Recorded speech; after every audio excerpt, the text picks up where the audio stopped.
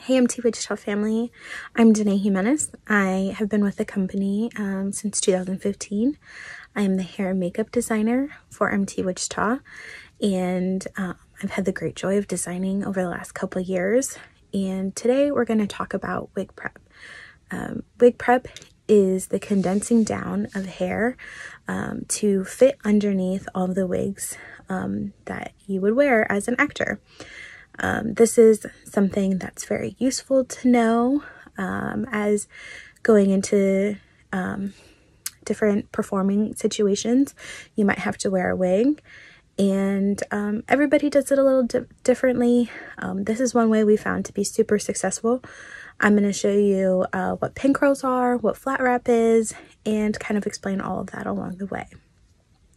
So to start out, we have different types of prep for different types of hair. So for somebody whose hair is long and fine like me, we'll use pin curls, and we'll use what's called flat wrap. So pin curls is taking the hair and coiling it down and laying it flat against the head.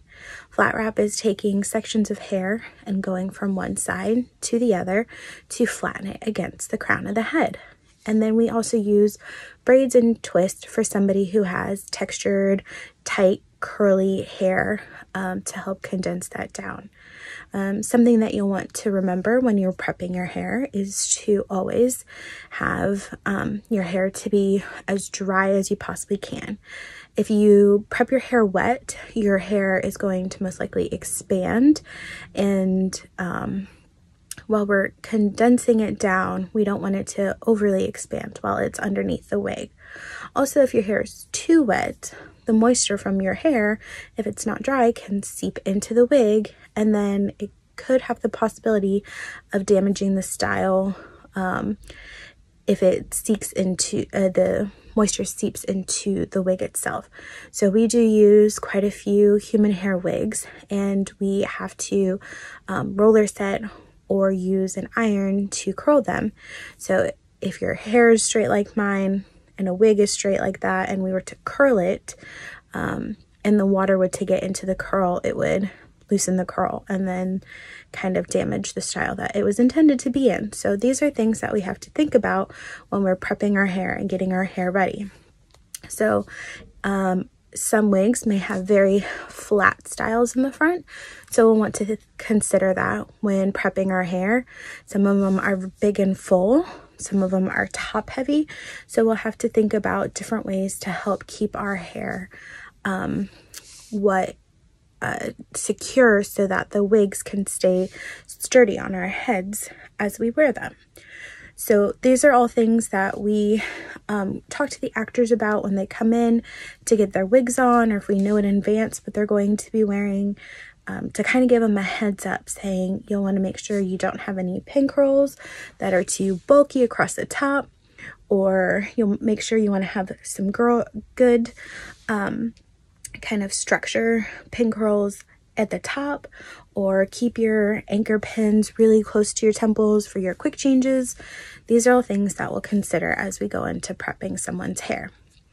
As I said, there are different types of pin curls or wig prep to use, and talk with your wig designer as you go into getting your wig fitting or tracing to figure out what's going to be best for you as an actor or performer, to figure out how to keep the wig best on your head, and what will be best during quick changes, and or if you keep the wig on the whole time, the best way to keep that wig secure on your head so you feel comfortable wearing it and you don't feel like you're going to lose it on stage, because that would be no fun. So just a couple things that you're going to want to have when you go into prepping your hair. You want a brush, a comb, and of course our trusty little bobby pins. So my preferences is if you split your hair down the middle. Some performers will choose to keep their natural part in their hair, and you'll find that if your hair is super clean, it might be a little harder to work with. So sometimes leaving your hair a little dirty is a-okay. So we're gonna put 2 pin curls across the front on each side. So we're just going to take some hair and pull it back. You're going to go ahead, pull this back. Now I like to do no more than 2 inches, but we like to say like an inch by inch section. So we're going to part the hair, and you're going to comb it out so there's no tangles in it. And you're going to, I usually take 2 fingers and I put them about midway through, and I keep my hair flat as I wrap it around my 2 fingers, and then I'm just going to roll the rest of the hair down to the base of the head, kind of give it a slight twist towards the bottom so it lays flat. And then I'm going to take 2 bobby pins and I'm going to put them in like railroad tracks across my hair to keep it secured down. Now, I prefer not to crisscross them because then that just puts more tension on the hair. And if you have to wear pin curls 8 shows a week, multiple times a year, you're going to kind of get a little damage to your hair. But also, if you put them like railroad tracks side by side, parallel to each other, the crisscrossing doesn't allow for it to pop through the wig cap. And you also, I keep them going down so that when you're doing quick changes, the ends of them don't pop out and get caught on the wig. So you're going to take your other little section of hair that you have out here.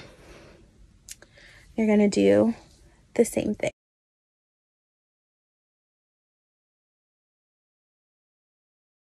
Make sure it's nice and flat. All right, you also want to try to keep like 1 finger space from the very front of your hairline to where your pin curl is. That way when you put the wig cap on, your wig cap's able to pull back all of your little baby hairs here.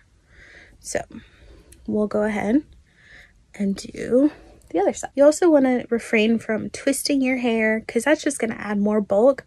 So you want to make sure you keep your hair nice and flat. If you take your hair and twist it and twist it and twist it, you're going to end up with like little space buns, and that's adding more bulk to your hair and not necessarily flattening it down. So remember, we're trying to condense all the hair down so that we have nice, flat, strong, sturdy base for the wig to go on. All right, so now that we have our 4 anchors, and you're going to take just a little bit bigger of the pin curl here. Just going to make sure that this one is super flat against the head. Your wig's most likely going to come off going front to back or back to front, depending on the way that your change has to happen. Try to refrain from putting your bobby pins from going back so that none of the little ends poke up. So now we're going to take another like couple inch section. Going to comb it out to make it nice and flat.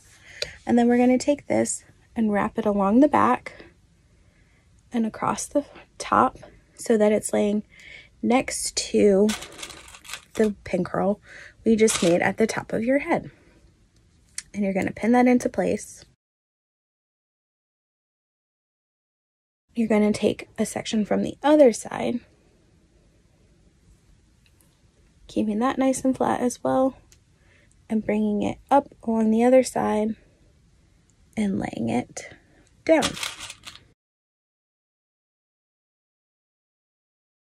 You're going to do that until you get about 1.5 inches from your nape. Now you can sometimes do pin curls all around your head, or you can do this flat wrap technique. Whatever works best for you, your wig designer, your hair makeup team. Make sure you always kind of consult and check in with what they want, because they're going to know what's going to work best for your wigs,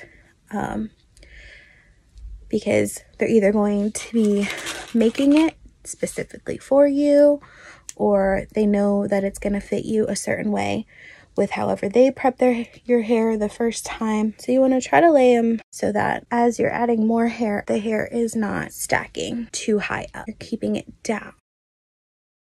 And then once you get about 1.5 inches from the bottom, you're going to take a section at the corner of each side of your nape, and you're going to make another pin curl on each side. These pin curls back here are to secure the back pins into the back of your wigs. We're putting these in like railroad tracks as well so that they don't pop out of the bottom of your wig cap. And there you have wig prep done with flat wrap. So it's pretty nice and tight and flat to my head. From here, we'll put our wig cap on, and then we would put our mic in maybe, or we would just put our wig cap on and our wig over top of it.